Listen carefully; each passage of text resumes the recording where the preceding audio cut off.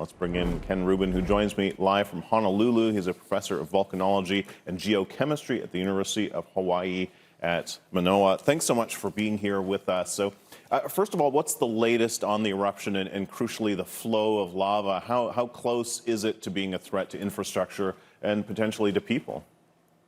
Well, so currently, Kim, the lava flow has come down off of a relatively steep slope on the northern flank of Mauna Loa volcano into an area known as the Saddle, which is the relatively flat ground between Mauna Loa volcano and Mauna Kea. And so this change in ground slope has caused a slow of the advance rate of the lava flow.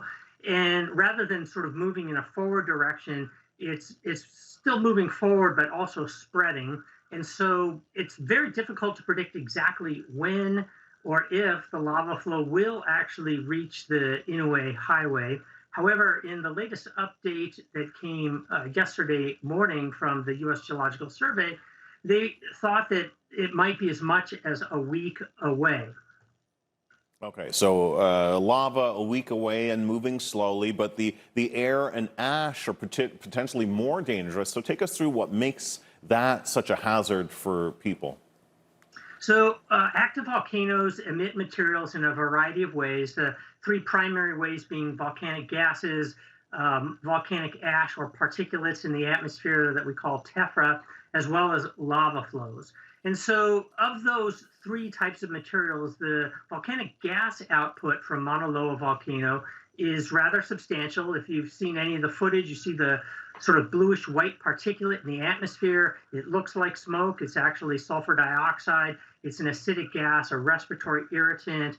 Kilauea volcano, which is just 30 kilometers away and also actively erupting, has been producing nearly continuous output of high levels of sulfur. And the additional input from Mauna Loa could potentially put the air quality in the state, or at least in the Big Island, into a rather dangerous zone. Of course, winds change quite dramatically from day to day during this time of the year. And so depending on which way the winds are blowing, only one or another sector of the volcano may be impacted by the gases. The volcanic ash is a similar situation. The style of eruption that is occurring right now is producing a relatively coarse tephra material, which some of it is distributing and falling, on people's homes and cars and so forth near the coastline, but rather limited compared to times in the past.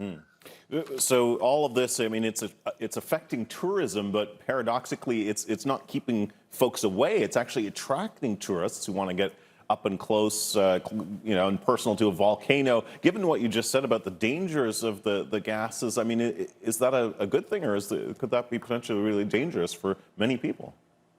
Well, I'm of the opinion that the more people can learn about and experience natural phenomena from a safe distance, such as an active volcano, the better. We want to have an educated populace. We want people to be able to experience the beauty of nature, but I emphasize from a safe distance.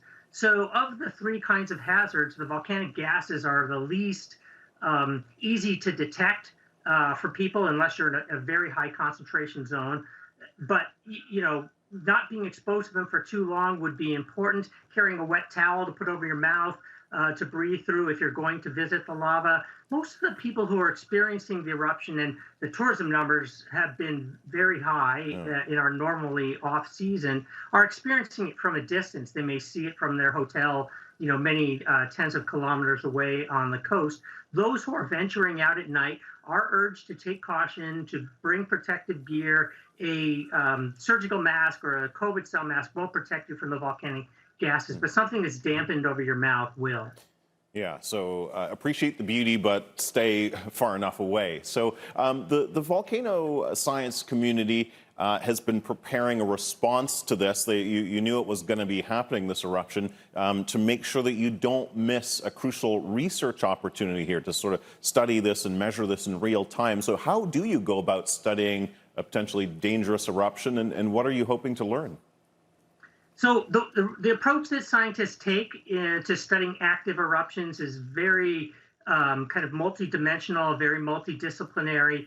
we're interested in all of the signals that the volcano is making, both in terms of its gas and how the ground is deforming, earthquakes and so forth.